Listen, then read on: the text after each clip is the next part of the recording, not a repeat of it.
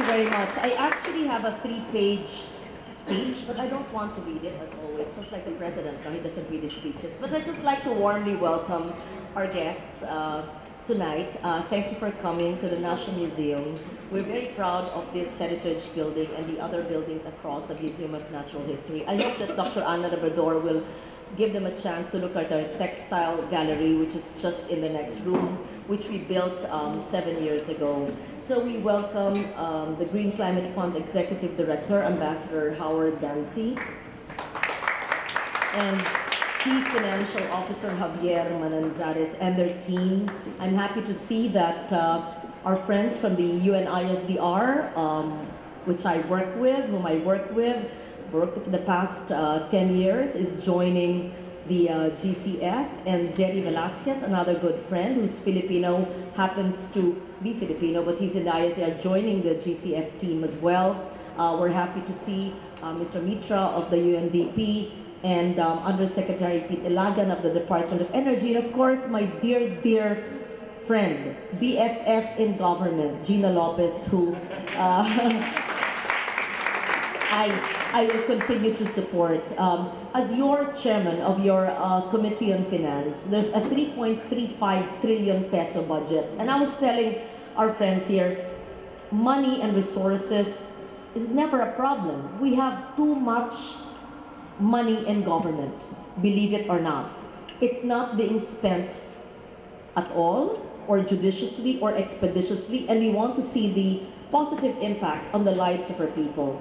I'm not sure if the GCF has a similar problem, that it has too much funds. I heard and understand from Ambassador Dempsey that there's $10 billion and perhaps more to come. And what they want to see are projects that originate from the jurisdiction or the country that will propose it, as well as the transformational character of these proposals. So I hope that the various agencies of government, led by the Department of Environment and Natural Resources, perhaps the Department of Energy, perhaps the Department of Agriculture, even the NCIP, and all agencies of government can help each other so that the Philippine government can solidly, united with the DFA's help and the UNDP as well, propose projects that can be accessed for the Filipino people who are in dire need of help. So with resources coming from the General Appropriations Act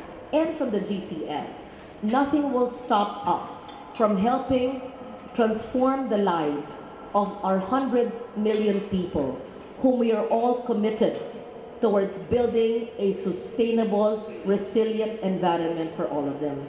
It was so clear, I think it was Mr. Mitra who mentioned it in our table, that we should really put peace and biodiversity on one table. I see Mondita right away here, because really, if we kill our rivers, if we kill biodiversity, if we kill our environment, there's no tourism to speak of, therefore there's no jobs. There's no food on our table, and there's no water, therefore there's no life. So nature, environment, and climate sits at the core of everything we do.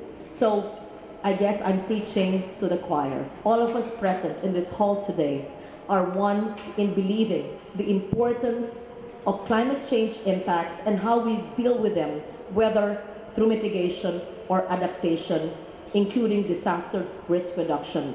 I already sound like I'm lecturing in the Senate. But we are very grateful that the GCF, CFO, and Executive Director have found time in their very busy lives to visit the Philippines, including their team, so that the Philippines can be helped in building capacity to have the best proposals, so that just like Zambia, which accessed it a year ago, we will be able to access it soon for the benefit of the Filipino people. And just let's please make sure that it really goes to the people, that the manner in which it is implemented will be transparent and 200% corruption-free, so that we see lives of people transformed. I am excited by the proposals of having peace zones in our country, especially in Mindanao. I'm excited to see how our 15 million indigenous peoples of more than 100 ethno-linguistic groups in our country can actually be helped. I'm excited on how rural communities in mining areas, in watersheds and protected areas, where families may lose their jobs momentarily, but how we could capacitate them by providing sustainable jobs. So there are many opportunities, and we're extremely grateful to UNDP and of course the GCF and their team for coming here to the Philippines for a few days to help the Philippine government access the GCF. And I will stop talking. But thank you very much, Ambassador Bamsi and Mr. Javier, who seems like a good friend of Gina. You were so warmly welcomed, Mr. Javier.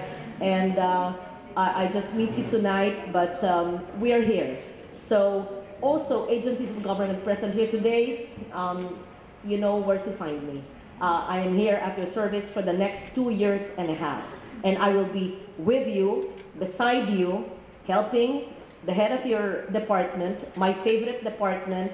So we just have to get her confirmed in the Commission on Appointments, and then so don't close more minds. Just kidding. So thank you very much, Ambassador. If there's anything I could do to make your stay more pleasant and more efficient, let us know. We would have wanted to have the Cabinet Secretary, but he is still in Malacanang working. But tomorrow they're hosting your breakfast meeting, and unfortunately I'm not able to attend because I'm attending something equally important, and that's a Joint Power Commission, which is headed by Senator Gatchalian, of which I am Vice Chair as well. So thank you very much.